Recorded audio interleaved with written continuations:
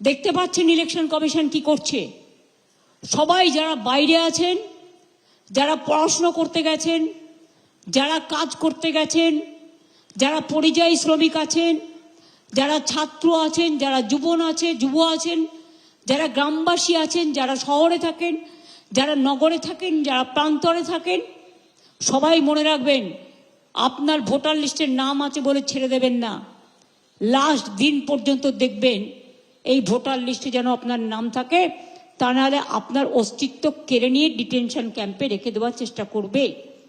এখনই দেখুন না, আজকেও আমার কাছে খবর এসছে উড়িষ্যার কটকের একটা জায়গায় বেঙ্গলের 100 জন পরিযায়ী শ্রমিককে একটা ডিটেনশন ক্যাম্পে আটকে রেখে দিয়েছে।